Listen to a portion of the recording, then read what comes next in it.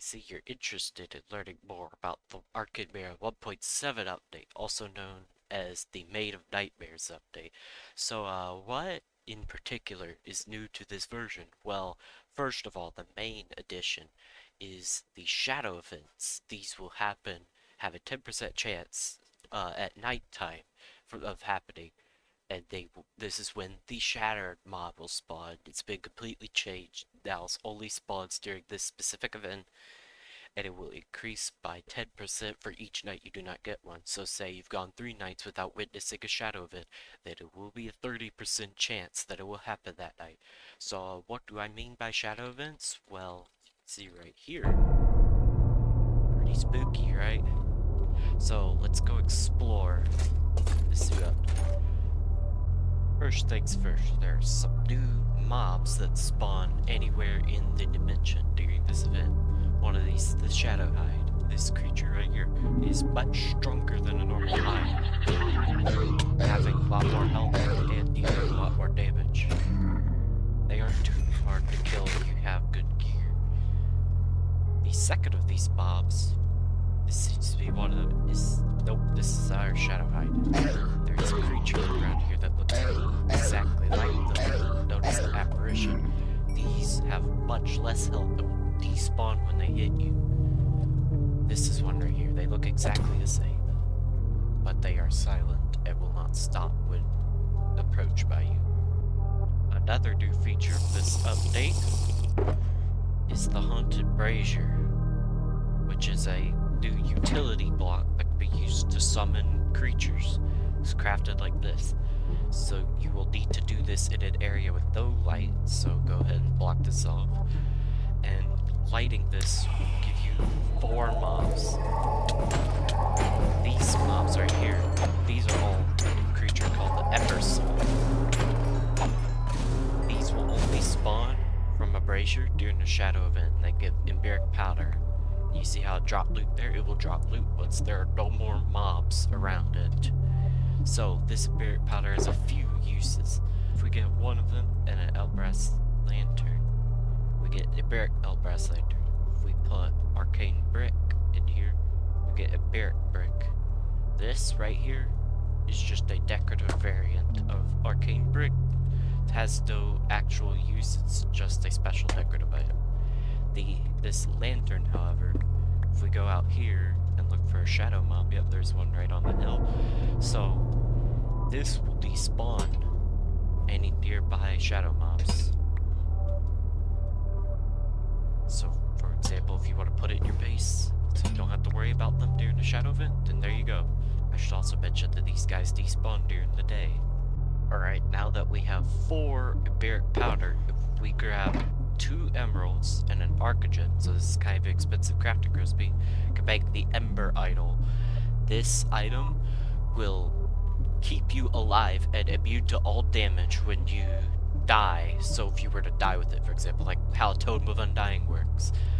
And as soon as you die, this will be used, and you have 10 seconds where you're immune to all forms of damage, but then you will instantly die after those 10 seconds are up. So you could use it, like if you die in a sticky situation, for example, you could use it to run away from that situation and box yourself in so you don't have a hard time getting your items back.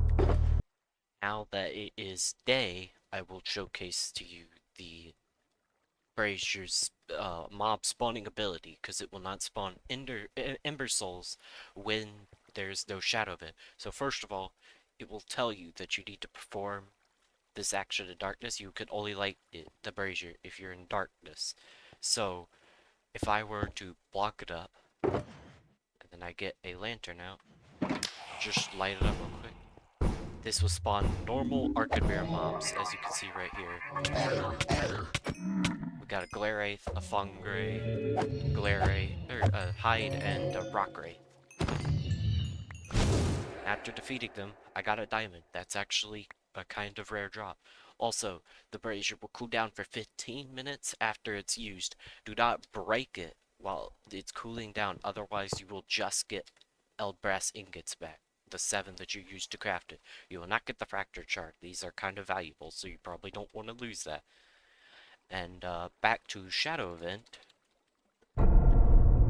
another one of the features that happens during a shadow event is that the sanctums are much more dangerous during this event. So if I go out here, so if I go down here into this hole, I have a sanctum right here. So if you make your way to one of the treasure rooms, let's see where one is. Don't think there's gonna be one down that way, so we'll go left and intersect with the existing parts of the structure. Alright, so now that we've made our way to a safe room within the sanctum, if we unlock it, there's now a new creature here. This is the Armored Shadowhide. It's a much tankier version of the Shadowhide. It has 300 health. So it is the third strongest creature in all of Arcanmira in terms of health. And the new strongest creature we'll get to in a second. It's actually hurt a little bit. Alright. So if we go, that's not what we're after. So right here, the sanctum now has a new thing with the treasure rooms, where the treasure rubble in the sand down here will get converted into a variant with different kinds of loot compared to the normal treasure rubble. Like, I'm getting a lot more gold nuggets than I would normally, and a lot more diamonds. There's also an ice stone there. Got a smithing template, an arcagem. You could also get a music disc that plays the ambient music you're currently hearing from the shadow event. Let's see, broken tattered key, more ice stones. We did not get the music disc, but I'll leave that up to you to find and explore with. So, there's some of the new things right here. If I get myself a piece of plated gear, let's see, we'll do a plated axe. So if I go here, smithing table, if I get the plated axe, this new Armor Knight upgrade template, and this Armor Knight plate, which dropped from the Armored Shadowhide, I could get a Armor Knight axe. This has similar stats to a plated axe, but it has more durability, and it will be stronger during the shadow events, or if you're in an area with no light level. For example, if I were to put my shield in here, I can get an Armor Knight shield. When I'm blocking, this will give me extra defense. So we'll use that for the upcoming thing, the upcoming feature of the sanctums right here. Real quick, I should also mention that if you get any spawner obelisks in the sanctum, they will be converted to a shadow version of the spawner obelisk, and they will spawn shadow hides and armored shadow hides instead of hides and elder hides, just to make the difficulty a bit harder. Okay, and now for the final thing with the shadow sanctums during the shadow event. This right here, if you know the mod, this would normally spawn the Overlord boss, like the final boss of Arcanmira. If you were to come here during a shadow event, then this obelisk will be much more dangerous. You do not want to step near it trigger unless you are absolutely ready. Because if you go up to here, hit the Shadow Overlord boss. Now this guy is ridiculously strong. He has almost twice the health of a normal Overlord, and has a little bit more attack damage, and he will curse way more often. I turned down the music a little bit so you can hear me speak. But so if we go and try to attack this guy, if you look at the boss bar, you can see that I am doing no damage to this guy. So back up for a second. If I get potion of speed,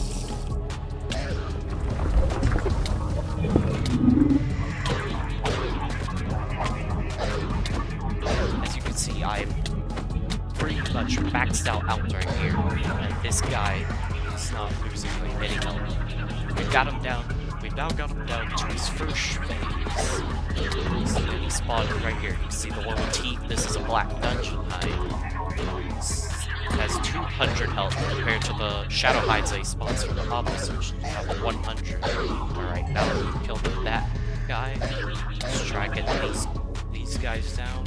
It's very difficult to fight, so we want to come very well prepared. Probably kill a few normal overlords before attempting this. Alright, now I've taken down the Shadow Hides. I'm going to hit the overlords more. So basically how every overlord fight goes. You should try to do as much damage as possible. Alright. Now we've got second phase down. We spawned, I believe, 3. Yep. 3 black dungeon hides and a armored shadow hide. So let me take care of these real quick. We'll go to the next. Alright, I took down all of the minions that he summoned, and he's actually regained quite a bit of health from it. So I need to try and get some damage on him before he regenerates too much health. I should also mention that your shield is disabled for much longer compared to the normal overlord. I'm actually about to die here. Alright. Try and go in, get some big damage with the outright ability. Alright, he's on his third phase. He's now spawned 5 more black dungeon hides and 2 more armored shadow hides. So this part of the fight is gonna be a little bit difficult. I'm gonna take care of these and I'll unpause when I got them all done. That took absolutely forever, but I finally killed them all. So now I'm trying to finish off the actual overlord and see what loot he drops. Alright, kill the last few shadow hides. Alright, so the loot that the overlord drops, you can see right here, it's actually really good loot. So right there we got another safe key. This is some shadow flesh, which could be dropped from shadow barns. Not that interesting. Get 4 overlord scrap and 3 arca gems, which in case you don't play the mod, that is a lot of rare loot. And like right here, got another armor knight plate, so we are now up to 3 of those. And this right here is an alterite ingot, which is actually the armor and the weapons I currently have. He has a 50% chance of dropping one of these, so it's actually a little bit lucky. And so, yeah, it's really hard boss with really good rewards. So that's like all the stuff with the Sanctum. So that is the main bulk of the update, is the Shadow events with the Sanctums and the Shadow Overlord boss and the new gear set. And the braziers, I guess, too. So, real quick, I just want to go through a few little extra changes that are also with the update that aren't like super huge, but just nice little additions. So first of all, guarding potions, the stone skin effect. You now need to use an armor knight plate to brew these potions, and the fractured shard has been removed from this because now if you use a fractured shard, you will get stone skin 4 potions, and if you look at the stats on these give you a better than full netherite worth of protection from one of these potions. They cannot be extended, so you get 45 seconds max. There's also a splash potion, lingering potion, arrow, all that kind of stuff. Another new change with this update is hide dungeons. This is just the easy tier one, but these right here, the archlet crates, you will now get a little bit, curious pearls will be more common from these now, but you will get, like, the black hide dungeons, for example, you'll get less, more rare stuff like diamonds and safe keys. Just a little bit of a balancing change because we love the game to be balanced. We don't like unbalanced features. We try to make this very well rounded for vanilla survival so that more inclined to play it instead of it being too overpowered. Another new change is that abandoned cities, their loot table has been improved. So if you go to Greg Safe, you will now get better stuff on average. So, like, I got diamonds, dark metal, and a block of emerald from there. Now, let's see what we get for this one. 2 keys and an arca gem. So see, this loot is a lot better than the previous versions. Got a potion, plated boots, and a block of emerald.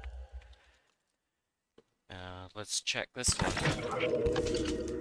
A lot more crusher than previous versions, more diamonds, and plated core. So it's not too noticeable.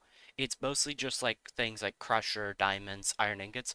It's just that that kind of stuff has been increased to make it more worthwhile to craft tather keys because they're quite expensive and loot the city instead of just coming here for the plated core for the charge hammer and the charge blade.